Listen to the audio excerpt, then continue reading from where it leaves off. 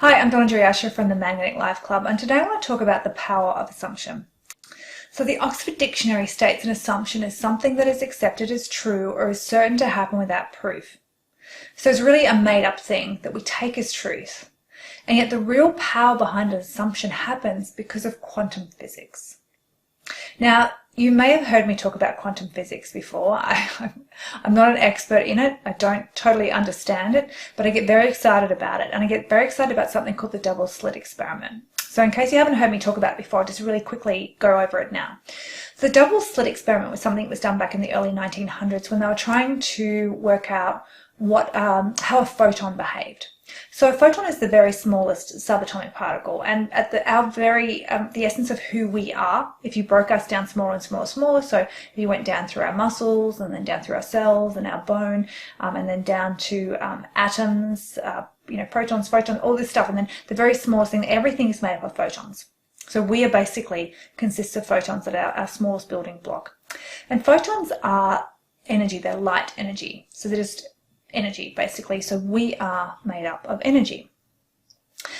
And in the double slit experiment they were looking at how photons behaved, and they had a photon gun, so 5 photons out, and they had one sheet that had like 2 slits in it, and the second sheet behind it that they could develop and see where these photons were landing.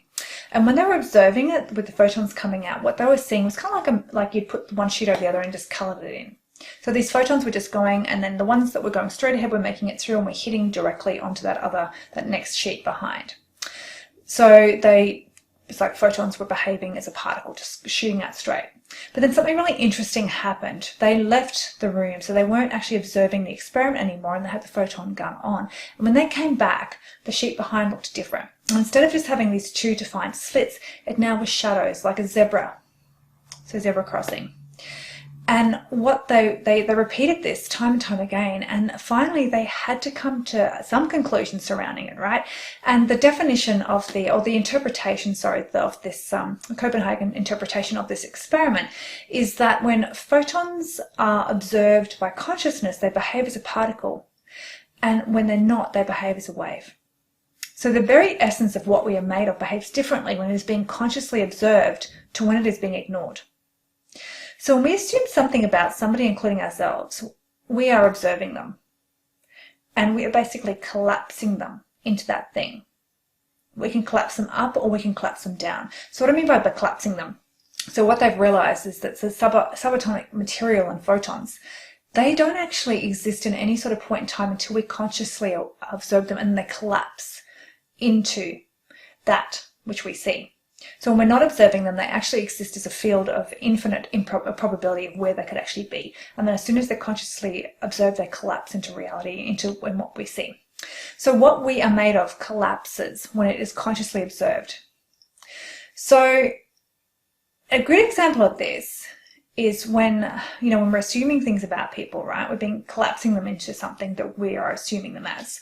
So you might have been collapsed into something. So for example, if you're watching this, there's a good chance that you're an entrepreneur. There's a good chance that you might have done something like network marketing. You are in network marketing, or it may be something else, something unrelated. When you're talking to somebody and they are totally misunderstanding you or assuming something about you, about who you are, your character. So they might be assuming that you're this when in reality you're that, okay? And this often happens when you tell your family something, right, about yourself, and they think you're an idiot, right? And you're passionately believing one thing and they're like believing the other, and they're collapsing you into this belief structure that what you're saying is ridiculous and wrong. So just have a think about that. Have a think about some time where you've been talking to somebody. Maybe it's just somebody that you barely know, or maybe it's somebody that you were at school with, and when you start talking to them and the way they're behaving towards you, you can see they believe something about you that you believe is not true. Now, how does that feel? If you think about that, how does it feel? For me, it feels very constrictive. I almost feel like this pressure on me, pushing me down. It's like this, I almost can't speak anymore, and then you start struggling to try and be understood, to try and be heard, to try and get them to understand you. But the thing is, they're already assuming something else. They've already collapsed you into this other identity, and now you're fighting against that. Now think of a time when you have been observed by somebody collapsing you up. So maybe it was a teacher, maybe it's your parents, maybe it was a mentor, somebody who believed 100% in you and your capability of doing something. Maybe it was like a sports team or going for an exam or something, job interview, where this person believed 100% that you could do it. And they believed in you more than you believed in you. And they believed in you more than that you could do it, than you had certainty that you could do it. Now feel into that. How does that feel? I mean, that is expansive, right?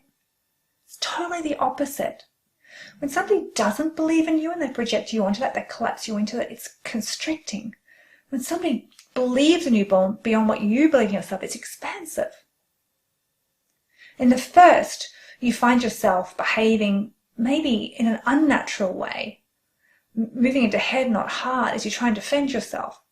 Maybe you don't end up going for something because of this weird feeling that you get, and their certainty that you can't do it starts to permeate into you, and then you start to believe you can't either.